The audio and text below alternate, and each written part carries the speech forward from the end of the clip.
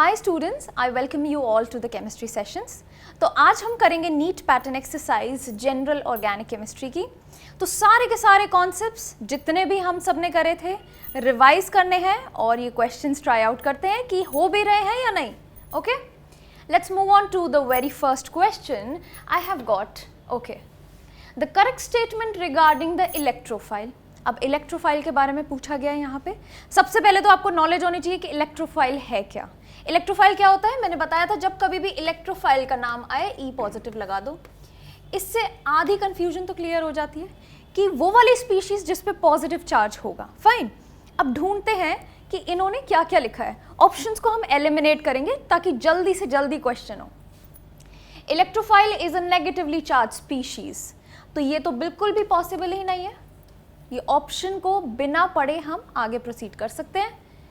Okay, electrophiles are generally neutral species. Okay, तो अब मैंने आपको एक चीज बताई थी कि न्यूट्रल भी होते हैं इलेक्ट्रोफाइल्स, सच एज BF3 हो गया, AlCl3। इनका ऑक्टेट कंप्लीट नहीं होता, तो ये क्या करते हैं, they are capable of accepting the electrons from some external source. ठीक है, ओके, तो इसीलिए न्यूट्रल भी हो सकते हैं। अभी स्टॉप करते हैं इस पॉइंट पे।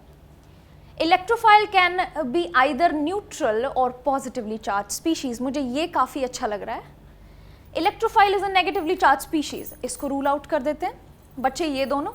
अब पॉजिटिवली चार्ज तो होता ही है, न्यूट्रल भी होता है, राइट? तो ये हो गया रूल आउट।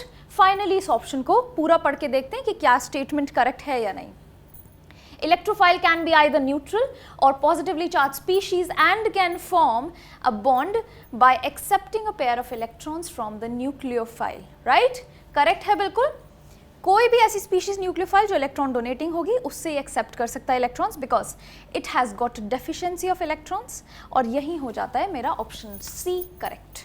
क्लियर? ओके, अब आगे बढ़ते हैं। So what does my next question say? Question number next second. Consider the following compounds. अब ये कुछ compounds दे रखे हैं. This is compound number 1, compound number 2 and compound number 3. यहाँ पे आपको क्या नजर आ रहा है? Free radical species नजर आ रही है। तीनों ही options में आपके पास है free radical और free radical, right? Hyperconjugation occurs in. अब उन्होंने पूछा किस किस में हाइपर कॉन्जुगेशन होगी, ये जज करते हैं। हाइपर कॉन्जुगेशन के लिए क्या नेसेसरी है? Alpha hydrogens. अल्फा हाइड्रोजन्स देखते है या नहीं है, इसी से पता चल जाएगा मुझे मेरा आंसर। ओके, फर्स्ट केस में ये तो रहा मेरा कंसर्न्ड कार्बन, राइट? अब इसको फुलफिल भी करना है, इसकी डेंसिटी, इलेक्ट्रॉन डेफिशिएंसी को फुलफिल करना है। वो कौन करेगा? अल्फा हाइड्रोजन टूटेगा। यही होती है हाइपर कॉन्जुगेशन, कि अगर मेरे पास ये फ्री रेडिकल स्पीशीज यहाँ पे प्रेजेंट है, एक हाइड्रोजन यहाँ से निकला इस तरीके से। ओके, तो ये कैसे टूटेगा? Homolytic fission, right? CH2 free radical, CH2 free radical क्या बना? बॉन्ड बन गया और एक हाइड्रोजन फ्री रेडिकल यहाँ रह जाएगा, राइट? ओके, तो ये हो गया CH2 double bond CH2 and one hydrogen with a free radical. इसी तरीके से सिंपलेस्ट हाइपर कॉन्जुगेशन मैंने यहाँ पे आपको डिपिक्ट करी है, राइट? अब इसी तरीके से देखते हैं अल्फा हाइड्रोजन कहाँ कहाँ है।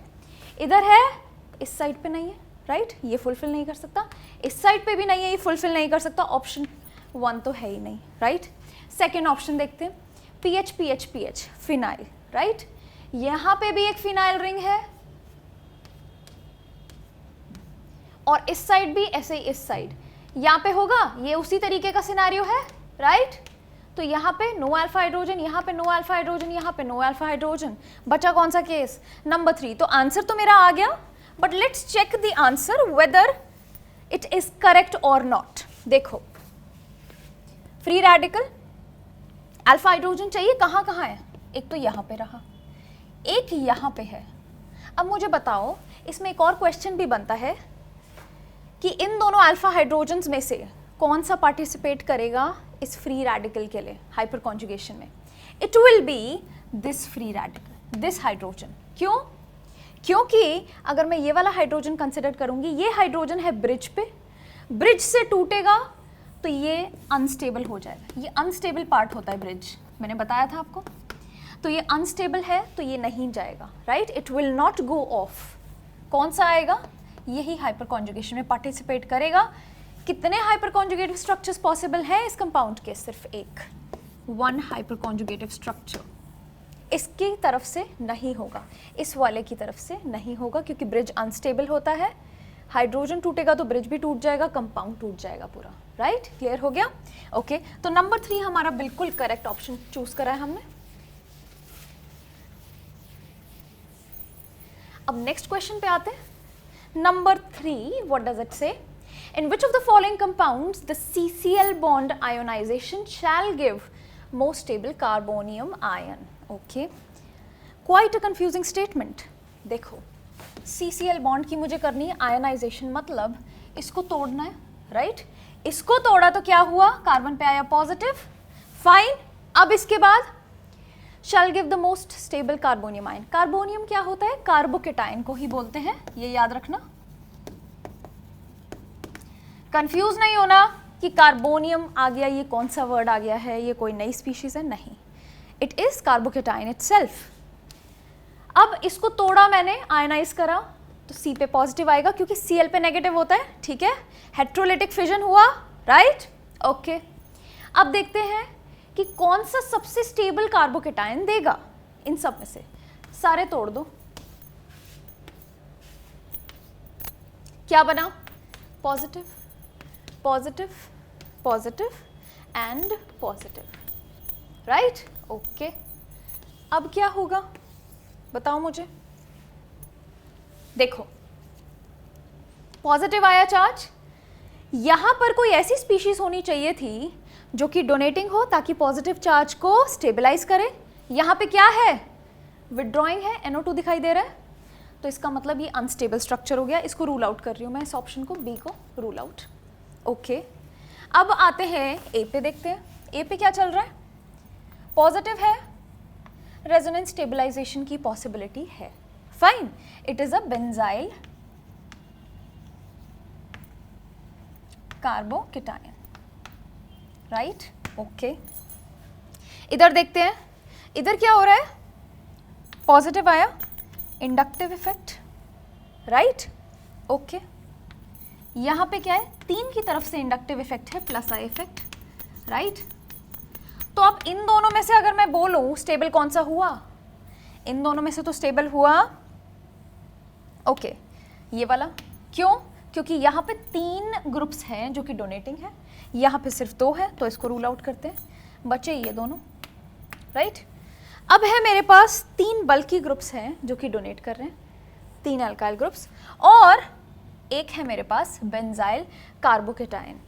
सो ऑलवेज एंड ऑलवेज रिमेंबर,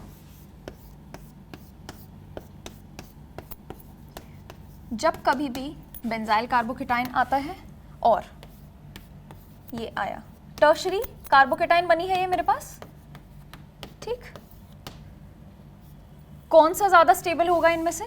अब दोनों में ही स्टेबिलिटी फैक्टर तो बहुत ही अच्छा है, इसमें रेजोनेंस हो रहा है, राइट? और इसमें क्या हो रहा है?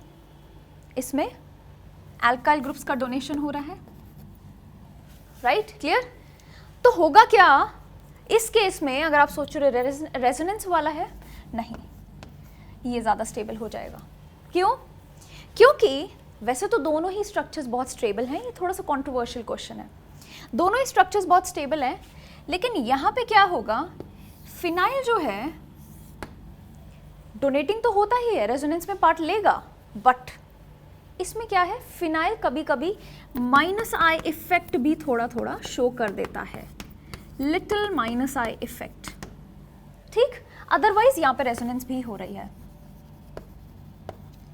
सेकेंड चीज हम इसमें क्या बोल सकते हैं कि इसका जो एरोमेटिसिटी है वो डिस्टर्ब होती है, उसके बाद स्टेबलाइजेशन पॉसिबल होता है कार्बोकेटाइन का, बट यहाँ पे डायरेक्ट है, राइट? तो इसी वजह से ये ज़्यादा स्टेबल होगा, and that means D is more stable, right? Clear हो गया? तो ये क्वेश्चन थोड़ा सा कंट्रोवर्शियल था, थोड़ा सा इंटरेस्टिंग था। I hope it's clear to you. Okay, अब नेक्स्ट पे आते हैं। Next, okay, for the following reactions, ये 3 मुझे रिएक्शंस दे रखी है A B C। Okay, question क्या पूछा गया है, let's move further. Which of the following statement is incorrect, is correct, right. अब देखो यहाँ पे A elimination, B N, okay, so they are asking about the type of reactions. यहाँ पे ध्यान देंगे क्योंकि टाइप ऑफ रिएक्शंस अभी आपको नहीं पता होगा क्या क्या होती हैं, ठीक। तो टाइप ऑफ रिएक्शंस आती हैं, एक आता है सब्स्टिट्यूशन, एलिमिनेशन, एडिशन, जैसा कि नाम सजेस्ट कर रहे हैं वैसे ही रिएक्शंस, रीअरेंजमेंट। ये कुछ स्पेसिफिक रिएक्शंस हैं जिसके बारे में आप पढ़ोगे ऑर्गेनिक केमिस्ट्री में, 1 2 3 4। ओके, सब्स्टिट्यूशन मतलब एक कोई चीज है उसको हटाकर दूसरी चीज सब्स्टिट्यूट कर दी, राइट। अब इनमें से देखते हैं सब्स्टिट्यूशन कौन सा हो रहा है। एक चीज है उसको हटा के दूसरी लगाइए, ऐसा कुछ है, देखो यहाँ पे Br था उसको हटा के OH लगाया, नहीं लगाया। क्या करा है इसमें, Br को भी एलिमिनेट कर दिया और H को भी एलिमिनेट कर दिया, डबल बॉन्ड आ गया, राइट। तो क्या हुआ, ओवरऑल रिएक्शन क्या हुई, एलिमिनेशन, राइट। तो ये तो मेरा हो गया B वाला, right, sorry not B but A, ठीक। अब आते हैं B पार्ट पे। यहाँ पे क्या हुआ, Br को हटाकर इन्होंने OH लगा दिए, यहाँ हो रहा है सब्स्टिट्यूशन, राइट। ये हो गया पार्ट B, सब्स्टिट्यूशन। अब C आता है, C में क्या हो रहा है, यहाँ पे एक एक हाइड्रोजन कम था, राइट। इस डबल बॉन्ड को हटाकर क्या करा है, एक Br लगा दिया, एक Br लगा दिया, एक एक ऐड कर दिया, डबल बॉन्ड हट गया, क्या हुआ, एडिशन हो रही है। तो ये हुआ मेरा नंबर C इज एडिशन। अभी मैच करते हैं कि कौन सा ऑप्शन हमारा मिल रहा है इससे। Let's move to the options. Okay, A is elimination, क्या A एलिमिनेशन है, definitely. B and C are substitutions, ऐसा कुछ नहीं है, तो first option rules out. Next, A is substitution, B and C addition नहीं, A एंड B एलिमिनेशन नहीं, last option बचता है A elimination, B substitution and C is addition reaction, very correct. तो D आंसर हो गया मेरा correct. Clear, okay. अभी आपको समझ में आ गया। नेक्स्ट पे आते हैं अब। Which of the following is the most correct electron displacement? This is important question. Electron displacement for a nucleophilic reaction to take place. देखो, न्यूक्लियोफिलिक रिएक्शन हो रही है, राइट। अब इसमें क्या दे रखा है, इलेक्ट्रॉन डिस्प्लेसमेंट्स दे रखे हैं इन ऑप्शंस के अंदर, राइट। तो ये थोड़ा सा again it's a controversial question, ठीक। इसका अभी एक करेक्ट आंसर फाइंड आउट करेंगे हम। देखो, कंपाउंड क्या है, कंपाउंड बना लेते हैं CH3, right, single bond C,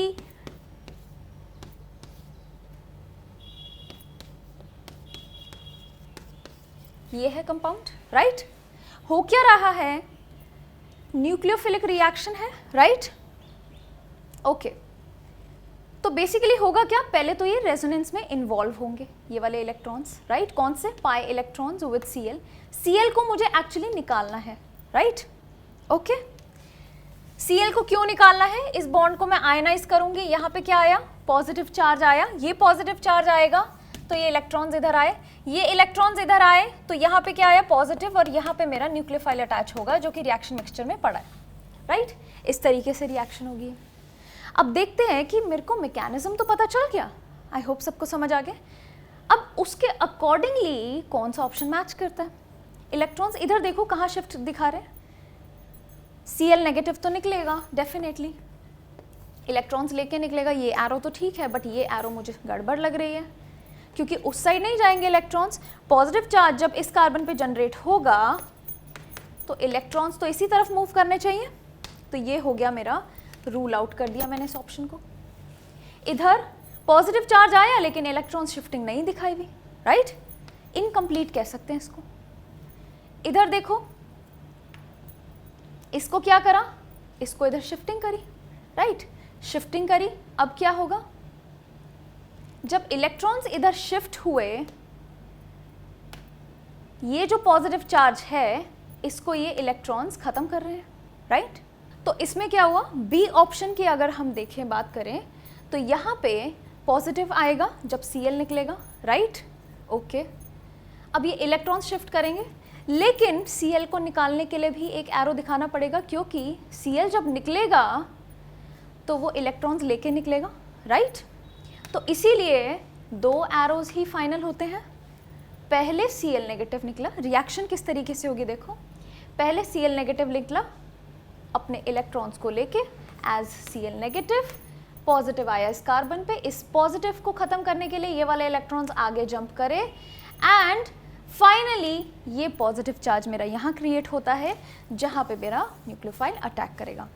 तो मैकेनिज्म आपको पता है, दो एरोस के साथ कंप्लीट होती है।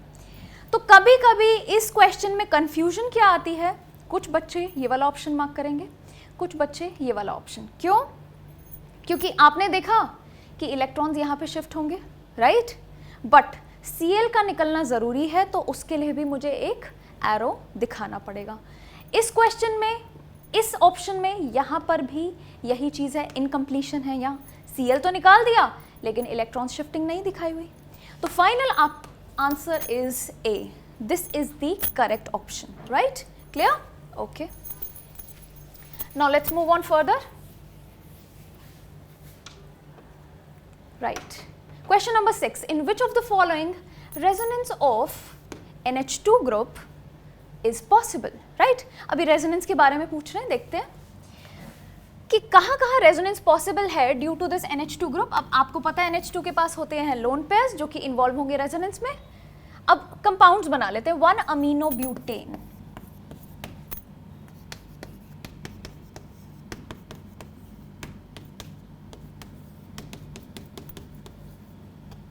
राइट? ये हो गया 1-अमीनो, 1 पे है अमीन, ब्यूटेन। क्या ये रेजोनेंस में इन्वॉल्व होंगे? रेजोनेंस के लिए कंडीशन है लोन पेयर सिंगल और कुछ डबल होना चाहिए, है? नहीं है, no resonance possible in this case. Second, इथाइलअमीन,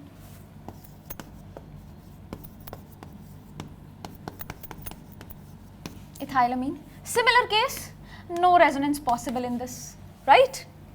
ये भी नहीं होगा। बेंजाइलअमीन, अब बेंजाइलअमीन मुझे लग रहा है, बट देखते हैं क्या है।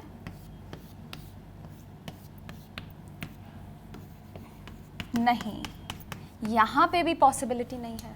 अगर इंस्टेंटली कुछ बच्चे क्या करेंगे, ये वाला ऑप्शन देखा, मार्क आउट कर दिया। क्यों?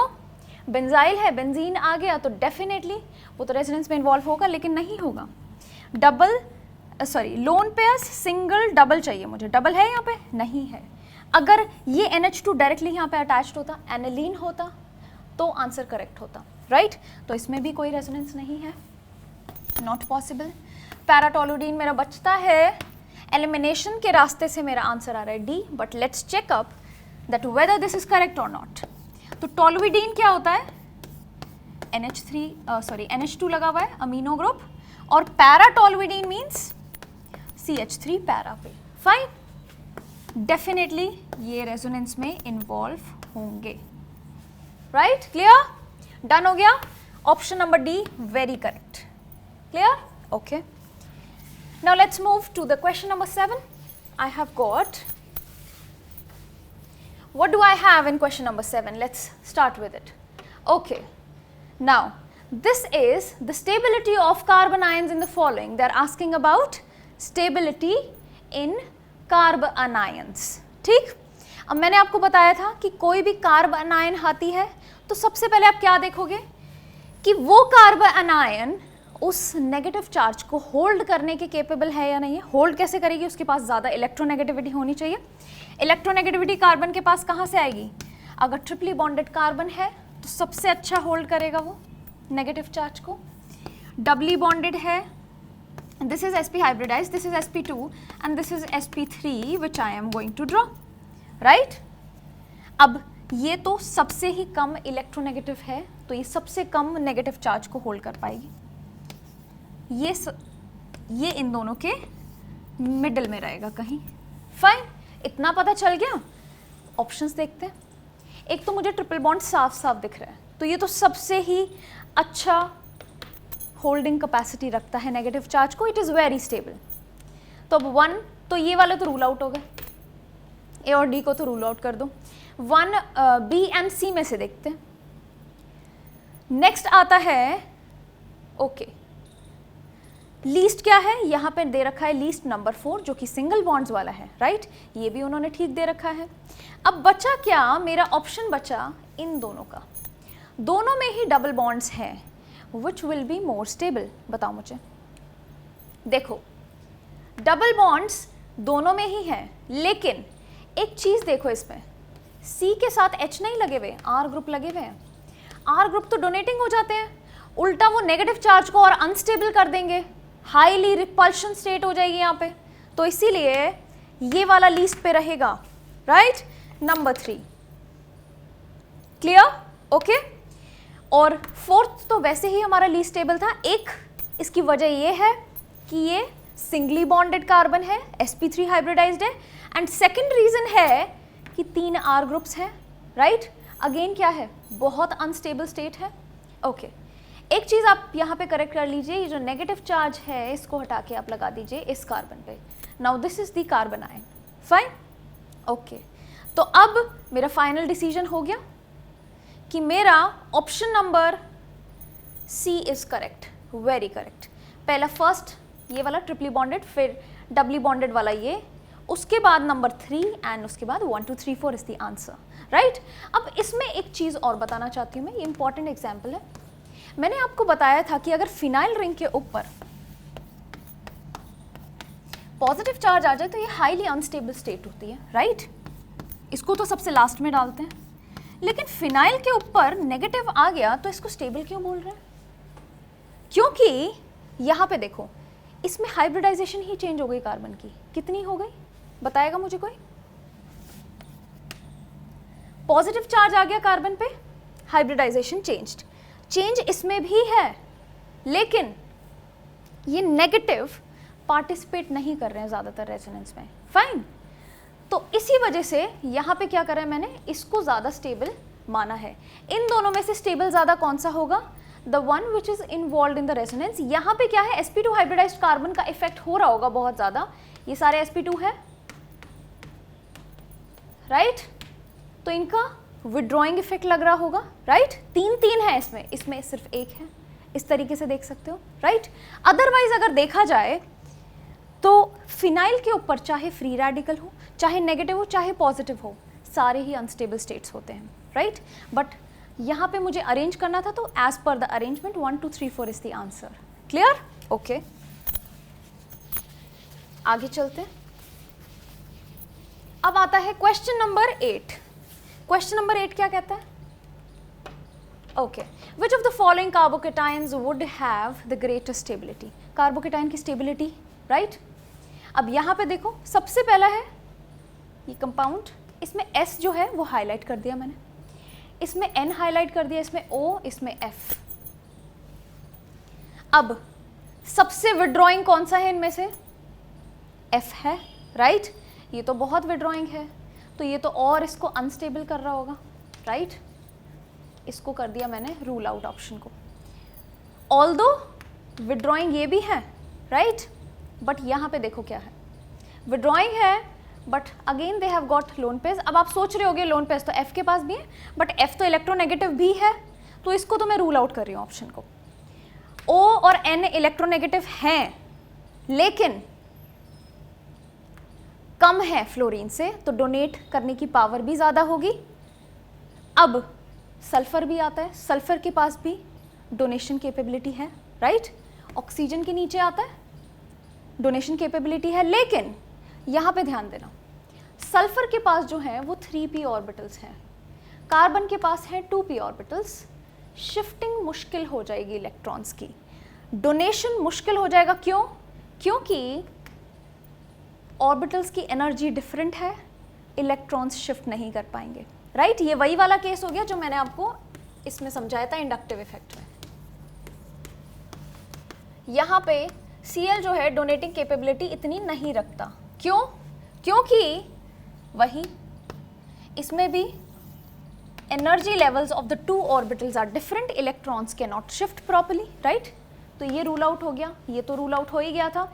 इन दोनों में से कम इलेक्ट्रोनेगेटिव जो होगा वो ज़्यादा इलेक्ट्रॉन्स देने का प्रेफर करेगा। तो इन दोनों में से कौन हुआ? नाइट्रोजन ही तो हुआ। और एक और चीज़ यहाँ देखो, बूस्टर क्या मिला है इस पॉजिटिव चार्ज को? नाइट्रोजन के साथ साथ लगे हैं 2 डोनेटिंग ग्रुप्स और 2 मिथाइल ग्रुप्स, वो इसको कंप्लीटली स्टेबलाइज करते हैं। क्लियर? तो आंसर बी करेक्ट है। Fine, okay. तो ये जो GOC वाले क्वेश्चंस होते हैं काफ़ी कंफ्यूजिंग क्वेश्चंस आते हैं एग्जाम में। हर ऑप्शन में ऐसा लग रहा होता है कि ये ठीक होगा, दूसरा वाला लग रहा होता है ये। सारे कॉन्सेप्ट्स को मिलाकर एक एक चीज़ को कंसिडर करके अगर आप देखोगे तो आंसर करेक्ट आना चाहिए, राइट? और ऑप्शंस काफ़ी क्लोज भी होते हैं। Fine, okay. Now let's move to the question number 9। इसमें पूछा है the most unlikely representation of resonance structure of para nitrophenoxide ion. Okay, तो अनलाइकली पूछा है कि इनमें से कौन सी रिप्रेजेंटेशन अनएक्सेप्टेबल है, राइट? देखते हैं। ओके, अभी सारे रेजोनेंस स्ट्रक्चर्स दे दिए इन्होंने। क्या आप रेजोनेंस स्ट्रक्चर्स बनाने बैठोगे?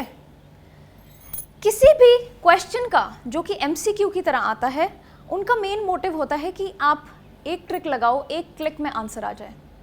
ऐसे नहीं कि पूरा रेजोनेंस स्ट्रक्चर्स बना के बैठ रहे हो, उसके टाइम वेस्ट कर रहे हो। टाइम वेस्ट नहीं करना।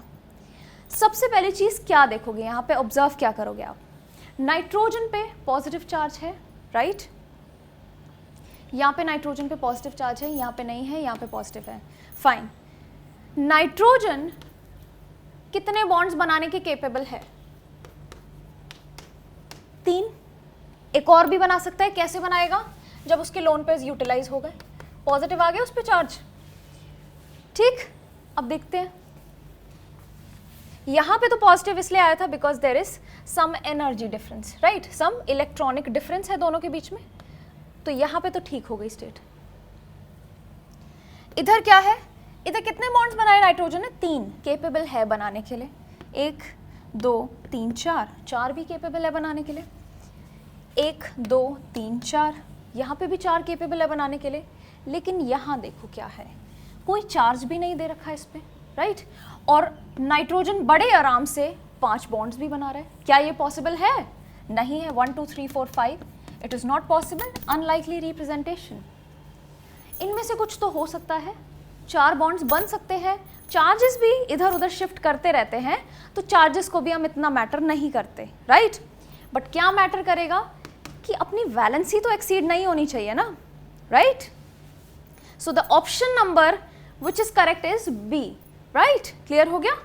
ओके, अब नेक्स्ट क्वेश्चन पे, question number 10th, the last question. The decreasing order of stability of carbonium ions. Fine. Okay. Stability देखनी कार्बोनियम आयंस की, सिंपल है। कंपाउंड्स बना लेते हैं पहले। पहला क्या है? Benzyl carbocation, right? नेक्स्ट क्या है? पैरा पे लगा है OCH3, राइट? OCH3 लगा दिया पैरा पे, और ऊपर क्या है? CH2 लगा हुआ है। नीचे क्या है? Benzene ring. Fine. Next compound NO2 लगा है। बेंजाइल कार्बोकेटाइन के साथ लग गया NO2। इस तरीके के क्वेश्चंस बहुत आते हैं। और साथ ही साथ यहाँ पे लगा है CH3। मुझे बताना है stability order, right? And decreasing order of stability बताना है, starting from the highest to the lowest, right? Okay, देखो सबसे ज़्यादा स्टेबल कौन सा होगा? जो इस पॉजिटिव चार्ज को स्टेबलाइज करेगा। रेजोनेंस इस सब में हो रही है, स्टेबलाइज कर रही है। अटैच ग्रुप्स का क्या इफेक्ट है? ये है डोनेटिंग, ये है डोनेटिंग, ये है withdrawing. Yes, NO2 is withdrawing. तो ये क्या कर रहा है? सबसे ज़्यादा अनस्टेबल कर रहा है इसको। तो ये ऑप्शन नंबर क्या है? 3। ऑप्शन नंबर 3 2 ऑप्शंस में है, जो कि लीस्ट है। तो इन दोनों को तो रूल आउट कर देते हैं। अब इन दोनों में से सेलेक्ट करते हैं। अगर मुझे पता चल गया सबसे स्टेबल कौन है, सेकंड या फोर्थ में से आंसर आ जाएगा, राइट? तो सेकंड या फोर्थ में से। ओके,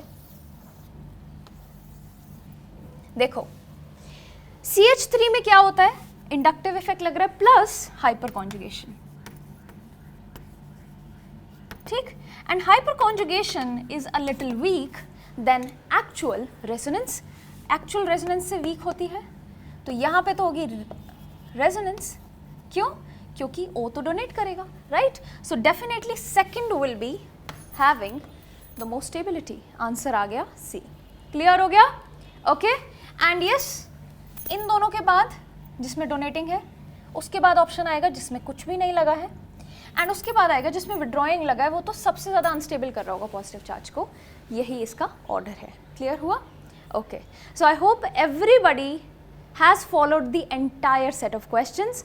आपको एक बार इसे फिर रिवाइज करना है, कॉन्सेप्ट्स को गो थ्रू करो अगर कोई क्वेश्चन नहीं आ रहा है, and yes if you have any doubt you can always ask me, okay, so that is it for today, have a nice day.